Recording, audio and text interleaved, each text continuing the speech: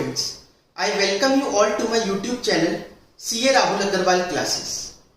Friends, आज की class में हम लोग मटेरियल कॉस्टिंग स्टार्ट करेंगे और मटेरियल कॉस्टिंग में भी एक बहुत इंपॉर्टेंट कंसेप्ट है इकोनॉमिक ऑर्डर क्वांटिटी, उसको डिस्कस करेंगे, उसका पूरा लॉजिक समझेंगे कि ये फॉर्मूला ऐसा क्यों बना हुआ है इकोनॉमिक ऑर्डर क्वांटिटी का।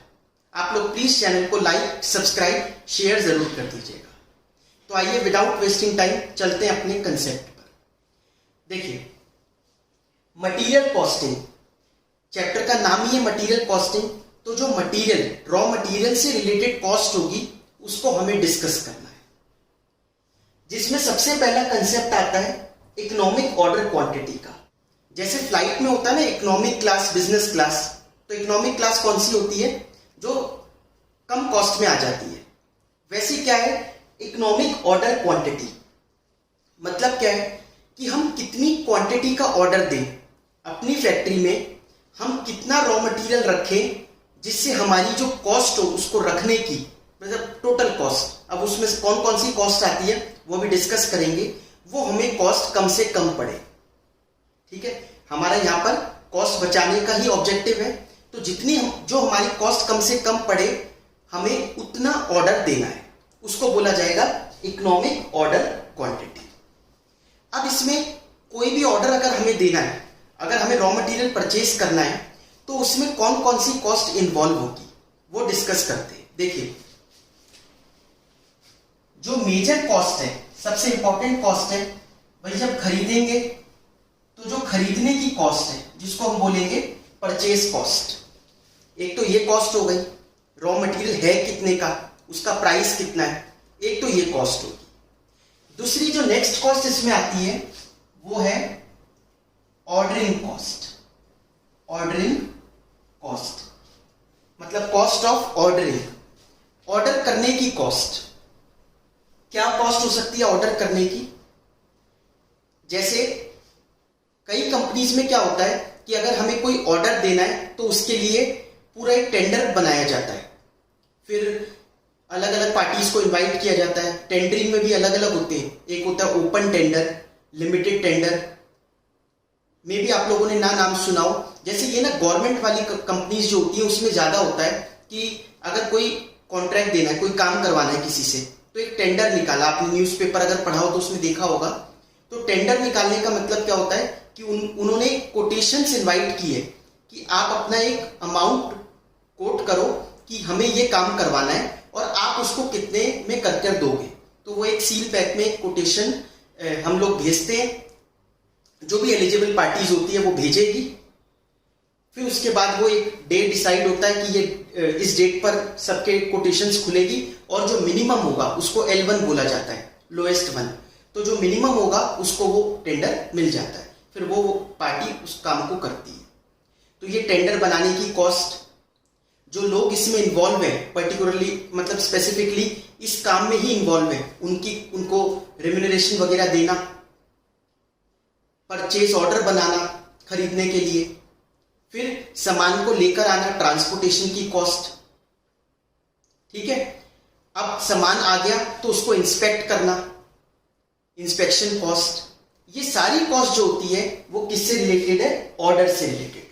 तो ये कहलाती है ऑर्डरिंग कॉस्ट। समझ में आया?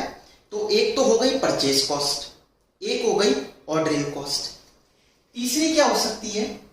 तीसरी होती है कैरिंग कॉस्ट। जब हमने ऑर्डर कर लिया, जब हमने गुड्स का ऑर्डर कर लिया, तो उन गुड्स को ऑर्डर करने के बाद अपने पास रखना है, होल्ड करके गुड्स को। तो होल्ड करने की जो कॉस्ट होगी वो क्या होगी? देखो, अगर हमारी रिक्वायरमेंट है पूरे साल की, ध्यान से समझना, 1,00,000 यूनिट्स की। ठीक है, अगर हमने 10,000 यूनिट्स कर ऑर्डर मंगवाया, कि सबसे पहले लॉट में हमने मंगवाई 10,000 यूनिट्स। देखो, परचेज कॉस्ट तो सेम है, आप 10,000 को 10 बार मंगवा लो या 1,00,000 एक बार में मंगवा लो, परचेज कॉस्ट तो सेम है, तो ये कॉस्ट पर तो कोई फर्क पड़ेगा नहीं। दूसरी बात आई ऑर्डरिंग कॉस्ट की। आप जितने ज्यादा ऑर्डर बनवाओगे, अब जैसे अगर 10-10 हजार करके करा हमने, तो 10-10 हजार करके कितने ऑर्डर हो गए? 10 ऑर्डर, तो 10 अलग अलग ऑर्डर की कॉस्ट आएगी। तो ऐसे तो आपका हो गया कि फिर तो एक ही ऑर्डर में सारे मंगवा लो, ठीक है। ऑर्डरिंग कॉस्ट तो इसमें कम हो गई, मतलब बिल्कुल मिनिमम ही हो गई कि एक बार में सारे मंगवा लिए, लेकिन ये कॉस्ट बढ़ गई। ये क्या है? कैरी करने की कॉस्ट, मतलब आपने पूरा पैसा अपना एक बार में फंसा दिया पूरे 1 लाख यूनिट्स में। एक आपने अगर क्लास 12th में अकाउंट्स पढ़ी होगी तो आरओआई पढ़ा होगा, रिटर्न ऑन इन्वेस्टमेंट। आरओआई का मतलब क्या होता है? जो हमने बिजनेस में पैसा लगाया उससे रिटर्न कितना आ रहा है, चाहे वो पैसा लोन लेकर लगाया हो, कैपिटल हो, या दोनों का मिक्सचर हो, उससे कितनी रिटर्न आ रही है। अब लेकिन अगर हम 1 लाख यूनिट्स की रिक्वायरमेंट, मतलब पूरे साल की रिक्वायरमेंट एक बार में सारा खरीद कर रख दे, तो हमने अपने फंड्स को ब्लॉक कर दिया, उतना ही हमें नुकसान होगा, उतना रिटर्न हमें कम आएगा। तो ये कहला गई कैरिंग कॉस्ट। और भी कैरिंग कॉस्ट हो सकती है, जितने ज्यादा रॉ मटेरियल रखेंगे उतना ज्यादा हम लोगों को उसका इंश्योरेंस लेना पड़ेगा, उतना ही बड़े अमाउंट का प्रीमियम जाएगा, तो कैरिंग कॉस्ट का ही पार्ट है ये भी, ठीक है। तो ज्यादा ऑर्डर एक बार में करने से ऑर्डरिंग कॉस्ट तो कम हो जाएगी, लेकिन कैरिंग कॉस्ट बढ़ जाएगी। और कम अगर ऑर्डर करेंगे तो नंबर ऑफ ऑर्डर्स बढ़ेंगे, तो फिर ये बढ़ जाएगी। तो यही देखना है कि कितनी क्वांटिटी हमें ऑर्डर करनी चाहिए, जिससे कि जो हमारी टोटल कॉस्ट है। अब टोटल कॉस्ट कैसे निकलेगी? टोटल कॉस्ट का मतलब हो गया purchase cost plus ordering cost plus carrying cost. इन तीनों को मिलाकर जो टोटल कॉस्ट आए वो मिनिमम आए, ये हमारा ऑब्जेक्टिव है। इसके लिए कंसेप्ट बना है इकोनॉमिक ऑर्डर क्वांटिटी का, ठीक है। इकोनॉमिक ऑर्डर क्वांटिटी मतलब कितनी क्वांटिटी ऑर्डर की जानी चाहिए जिससे कि हमारा जो कॉस्ट हो वो कम से कम निकल कर आए। भाई ये तो फिक्स है, चलो ये कॉस्ट तो हमारी परचेज कॉस्ट तो लगेगी, लेकिन खेल इन दोनों कॉस्ट का ही है, ऑर्डरिंग कॉस्ट और ये कैरिंग कॉस्ट, ये ऊपर नीचे होगी अगर हमने क्वांटिटी को फ्लक्चुएट करा तो, है ना। भाई ऑर्डर ज्यादा मंगवाएंगे तो जितने ज्यादा ऑर्डर होंगे तो ऑर्डरिंग कॉस्ट बढ़ेगी, कैरिंग कॉस्ट कम हो जाएगी। एक बार में सब कुछ मंगवा लेंगे कम से कम ऑर्डर बनवाकर, तो उससे कैरिंग कॉस्ट बढ़ जाएगी। तो यही हमारे को देखना है। अब देखो इसके फॉर्मूले का जो लॉजिक है, ये ध्यान से समझना आप लोग। इसके फॉर्मूले का जो लॉजिक है वो मैं आपको दो तरीके से समझाऊंगा। एक तो सबसे पहले मैं आपको समझा रहा हूं जो मैथ्स के स्टूडेंट्स हैं, जिन्होंने क्लास 12th में 11th में मैथ्स पढ़ी है, उनके लिए लॉजिक समझा रहा हूं। फॉर्मूले का डेरिवेशन वैसे बताऊंगा, और जिसने नहीं पढ़ी फिर उसको उसका भी तरीका है, ठीक है। अगर आपने मैथ्स नहीं पढ़ी तो भी कोई बात नहीं, तब भी आपको पूरा ढंग से समझ में आएगा कि इकोनॉमिक ऑर्डर क्वांटिटी का जो फॉर्मूला है वो फॉर्मूला बना कैसे आखिर, ठीक है। तो आप सबसे पहले देखिए, अगर हम कहें, एक तो चीज है हम लोग यहां पर पूरा पूरा वापस ना लिखना पड़े तो लेट कर लेते हैं। लेट एनुअल रिक्वायरमेंट्स, जो हमें पूरी एनुअल रिक्वायरमेंट्स है गुड्स की, जैसे 1 लाख जो मैं बोल रहा था ना, उसको ए मान लेते हैं। Let quantity in one order, कितनी करनी चाहिए हमें? क्यू। वैसे तो ये क्यू ही तो निकाल रहे हैं कि इकोनॉमिक ऑर्डर क्वांटिटी, कितनी क्वांटिटी करें हम एक बार में ऑर्डर, है ना। तो let quantity in one order be Q. Let cost of one order, एक ऑर्डर की कॉस्ट लेते हैं ओ, एक ऑर्डर की कॉस्ट लेते हैं O. Let carrying cost per unit per annum, ऐसा क्यों लिया ये भी समझाएंगे, एक एक लॉजिक डिस्कस करेंगे। इसको मान लेते हैं सी। देखिए मैंने इसको सी लिया, किसी ने यूपीएस लिखता है, कोई एनुअल रिक्वायरमेंट को यू ले ले, एक ही बात है, हम जस्ट समझने की कोशिश कर रहे हैं। या आप इनके जो वर्ड्स है, ये जो लेटर्स है, ये तो आप कुछ भी अज्यूम कर सकते हैं। देखिए तो एनुअल रिक्वायरमेंट को ए मान लेते हैं, quantity in one order Q, cost of one order O, carrying cost per unit per annum हमने ले लिया सी, ठीक है। अब आप देखो जो टोटल कॉस्ट है, ये आपने लिख लिया होगा आई होप रजिस्टर में, जो हमारे गुड्स की टोटल कॉस्ट है, एक तो होगी परचेज कॉस्ट, फिर होगी ऑर्डरिंग कॉस्ट, तीसरी होगी कैरिंग कॉस्ट। यही 3 कॉस्ट मिलाकर टोटल कॉस्ट आएगी। ठीक है, ये तो आप समझते हो। अब मैथ्स वाले स्टूडेंट्स ध्यान दो, हम लॉजिक समझ रहे हैं इकोनॉमिक ऑर्डर क्वांटिटी का। अच्छा, इसको और पहले इजीली लिख लेते हैं। Total cost equal to purchase cost plus ordering cost. देखो, अगर हमारी एनुअल रिक्वायरमेंट ए है, मैंने एनुअल रिक्वायरमेंट ए ली थी, और एक बार में हम क्यू क्वांटिटी मंगवाते हैं। एनुअल रिक्वायरमेंट ए है, एक बार में हम क्यू क्वांटिटी मंगवाते हैं, तो नंबर ऑफ ऑर्डर डिवाइड करके निकल के आएगा। नहीं समझ में आया? मैं कह रहा हूं अगर एनुअल रिक्वायरमेंट 1 लाख यूनिट की है, आप एक ऑर्डर में 10,000 यूनिट मंगवाते हो। 1 लाख की एनुअल रिक्वायरमेंट, एक बार में 10,000 मंगवाते हो, तो नंबर ऑफ ऑर्डर कितने हो गए? 10 हो गए। 1 लाख डिवाइडेड बाय 10,000। 5-5 हजार मंगवाते हो तो 20 बार ऑर्डर करना पड़ेगा। मतलब आपको कितनी बार ऑर्डर करना पड़ेगा, नंबर ऑफ ऑर्डर वो कैसे निकल के आएगा? भैया टोटल कितना चाहिए डिवाइडेड बाय एक बार में कितना मंगवा रहे हो, सिंपल सी बात। तो ए अपॉन क्यू कर दिया, इनटू ये तो हो गए नंबर ऑफ ऑर्डर। इसको अगर मैं ओ से मल्टीप्लाई कर दूं तो कॉस्ट ऑफ 1 ऑर्डर आ गया। मतलब ये cost of 1 order multiply by number of orders, तो पूरी ऑर्डरिंग कॉस्ट आ गई साल भर की। ये साल भर की ऑर्डरिंग कॉस्ट हो गई। कैरिंग कॉस्ट, गुड्स को कैरी करने की कॉस्ट। हम एक बार में कितना मंगवाएंगे? क्यू। जैसे मैंने कहा हमने एक बार में मंगवाया 10,000, उसको यूज करना शुरू करेंगे। उसको यूज करा, यूज कर करके 0 हो जाएगा। फिर वापस आएंगे 10,000 कुछ, फिर मंगवाएंगे 10,000, फिर वो यूज करेंगे, कम होता जाएगा, 0 हो जाएगा। तो ऑन एन एवरेज हमारी इन्वेंट्री कितनी रहती होगी? अगर हम एक एवरेज बात करें तो हमारी क्वांटिटी क्या, जितना ऑर्डर दिया है हमने, जितने 10,000 मंगवाए, क्या हमेशा हमारे स्टॉक में 10,000 यूनिट रहते होंगे? नहीं रहते होंगे। क्यों? यूज भी तो होंगे।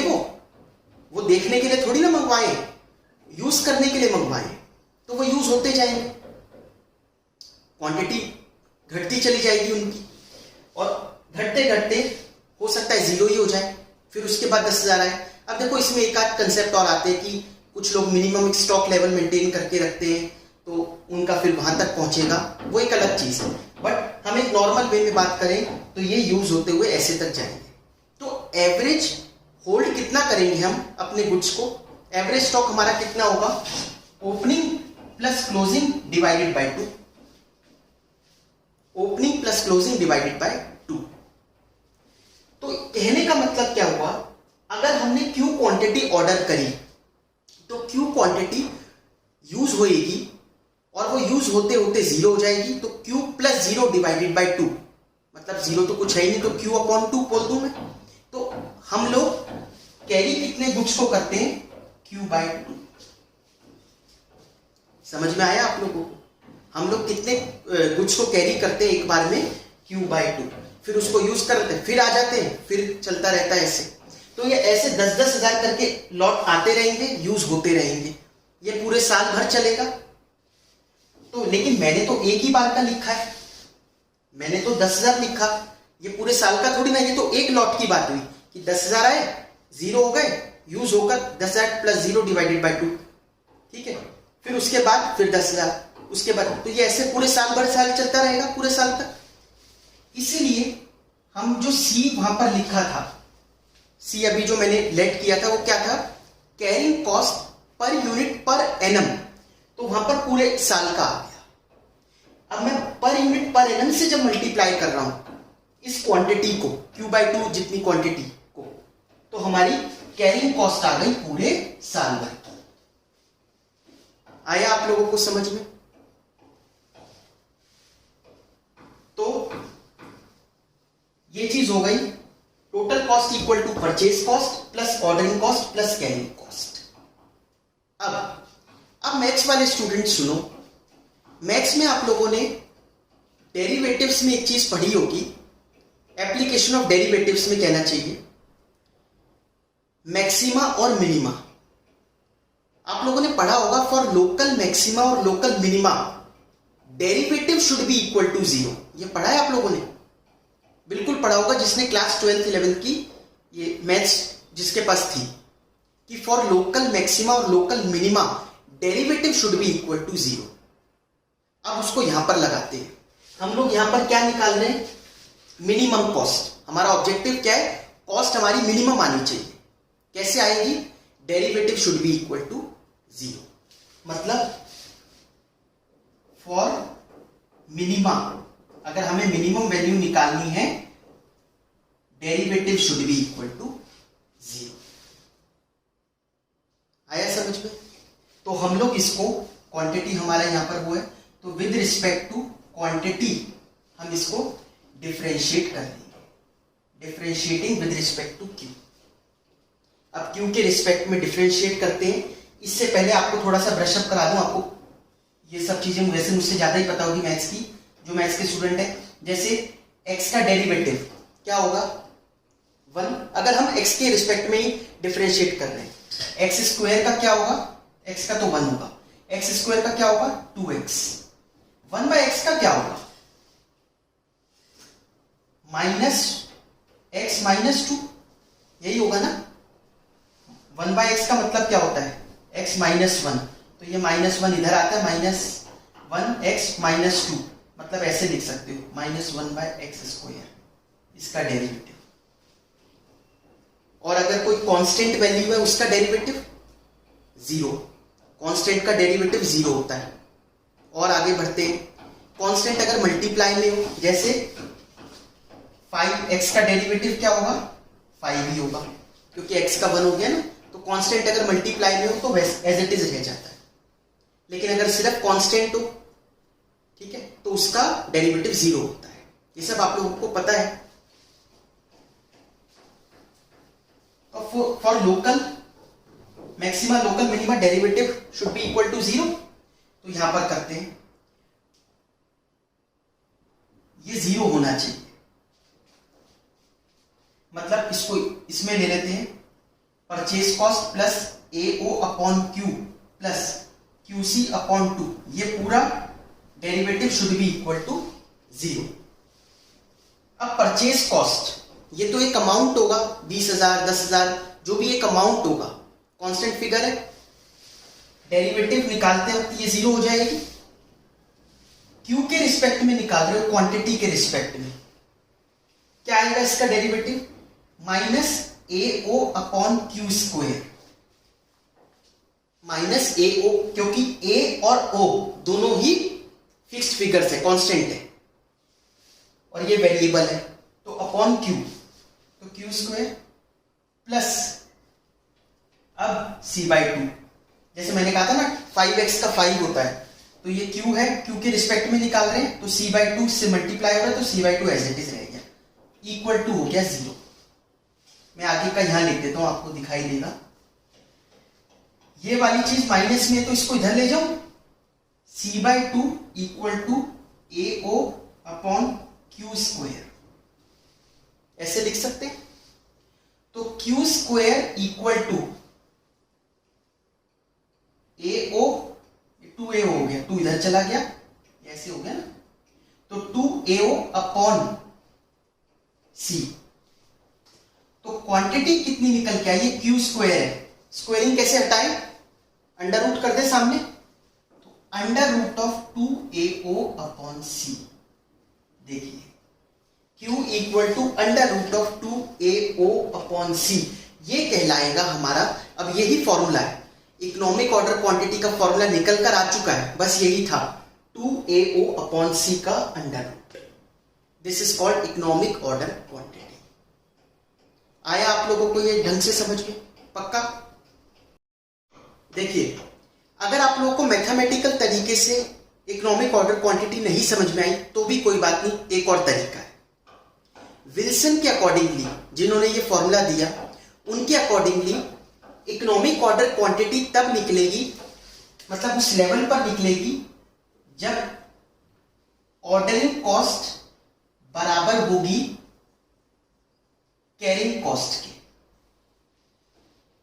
ऑर्डरिंग कॉस्ट और कैरिंग कॉस्ट आपस में बराबर होगी तभी इकोनॉमिक ऑर्डर क्वांटिटी निकल कर आएगी। मतलब उस लेवल पर जितनी क्वांटिटी होगी वही क्वांटिटी क्या कहलाएगी, इकोनॉमिक ऑर्डर क्वांटिटी। मतलब वो बेस्ट सूटेबल है कि हमें उतनी ही क्वांटिटी एक एक बार में ऑर्डर करनी चाहिए। आपको इसको भी अगर डिराइव करके देखना हो कि ये ऐसा ही होगा कि ये जब दोनों बराबर होगी तो आप करके देख लो। एनुअल रिक्वायरमेंट 1 लाख ले लो, अलग अलग तरीके से ऑर्डर करके देख लो, 10,000, 25,000, 20,000। मतलब जैसे अगर हमने 10,000 एक बार में किया तो नंबर ऑफ ऑर्डर 10 हो जाएंगे। 20,000 क्वांटिटी एक बार में करी तो 5 ऑर्डर हो जाएंगे। 25,000 करी तो 4 ऑर्डर हो जाएंगे। ऐसी अलग अलग टाइप के से एक आप हाइपोथेटिकल एग्जांपल ले लो और जब आप उसकी एक टेबल बनाओगे उसमें क्या लिखना, परचेज कॉस्ट, ऑर्डरिंग कॉस्ट और कैरिंग कॉस्ट, और फिर आ जाएगी टोटल कॉस्ट।